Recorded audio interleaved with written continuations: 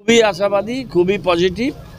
তৃণমূল কংগ্রেস খুব ভালো ফল করছে, বাংলায় ভালো ফল করছে, উত্তরবঙ্গে ভালো ফল করছে, দার্জিলিং এবং জলপাইগুড়ি, আমি এই জোনটা জানি। এখানে তৃণমূল, এখানে ঘাসফুল ফুটবে। কেমন আশাবাদী? মানে পাহাড় তো বারবার দেখা যায় যে বিজেপি দখলে থাকে, এবার কি চেঞ্জ হচ্ছে সেই সিনারিও? আরে বিজেপি যদি 2 থেকে 305 হতে পারে, তাহলে দার্জিলিং 2-3বার আমরা জিততে পারিনি, কিন্তু কেন জিতবে না? পুরো নিগম তো কোনো দিন জেতেনি, 37টা সিট কোনোবার পায়ও নি কোনো দল, আমরা পেলাম তো এবার। সুতরাং পলিটিক্সে অসম্ভব কিছু না। দার্জিলিং পাহাড়ে খুব ভালো ভোট হয়েছে, আর কার্শিয়াং কালিম্পংয়ে খুব ভালো হবে, দার্জিলিংয়ে একটু ক্লোজ হবে আমার কাছে যা খবর। এখানে আমাদের চোপড়া ল্যান্ডস্লাইড ভিক্টরি হবে। ফাঁসি দেওয়া ক্ষেত্র বিধানসভা ভালো হবে, একটু হাড্ডাহাড্ডি হতে পারে আমাদের খড়িবাড়ি, মাটিকাড়া নকশালবাড়ি গতবার থেকে অনেক বেটার। শিলিগুড়ি ভালো ফাইট দিয়েছে, ভালো হবে। একটা খোশ মেজাজ দেখা যাচ্ছে সকাল থেকে। আমি তো খোশ মেজাজে থাকি। এটা আমার 77 থেকে 24, 47 বছর ইলেকশনের প্রক্রিয়ার সাথে থাকা। প্রচুর হারা দেখেছি, প্রচুর জেতা দেখেছি। 2004 সালে মমতা ব্যানার্জি একা হয়ে গেছে, সেটাও দেখেছি। এক বনাম 41-এর লড়াই ছিল বাংলায়, সেখান থেকে ঘুরে এসেছিল 2009 সালে। তা এই উত্থান পতন দেখেছি, জীবন মৃত্যুর সন্ধিক্ষণে ছিলাম, সুতরাং সহজভাবে নিতে শিখেছি। আর এখন তো 11 সালের পরে একটা অ্যাডমিনিস্ট্রেশন আছে, সরকার আছে, সরকারের বিভিন্ন উইং আছে, আমাদের লোকাল বডিজগুলো আছে, সব মিলে একটা হ্যাপি সিচুয়েশান আছে।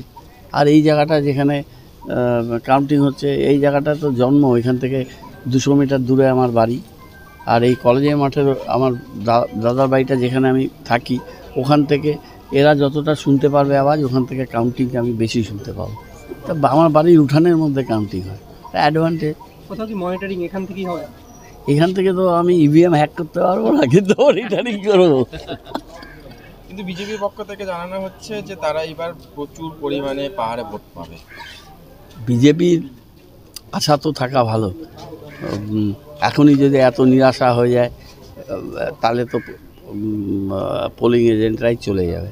এবার পুলওয়ামা নেই, বালাকোটও নেই, এবার ওই মনমোহন সিং সরকারের পরিবর্তনের হাওয়া নেই। এবার একটা নিউট্রাল ফিল্ডে ভোট হচ্ছে, সেখানে নরেন্দ্র মোদীজি, বিজেপি তাদের সমস্ত অনৈতিক মেজার্স তারা করেছে। কোটি কোটি টাকা এই তারা ব্যয় করেছে। তারা ইলেকশন কমিশন, অন্যান্য মেশিনারিজ, প্রেস, মিডিয়া সব রাষ্ট্রশক্তির পক্ষে ছিল, কিন্তু মানুষ আরেক দিকে ছিল।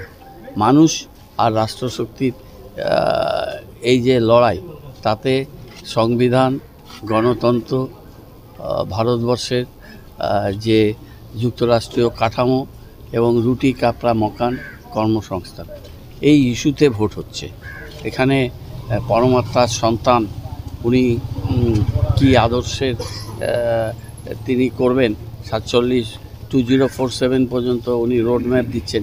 10 বছরের রোডম্যাপ তো নেগেটিভ, সুতরাং সেই রোডম্যাপের উপর, রিপোর্ট কার্ডের উপরে ভোট হবে।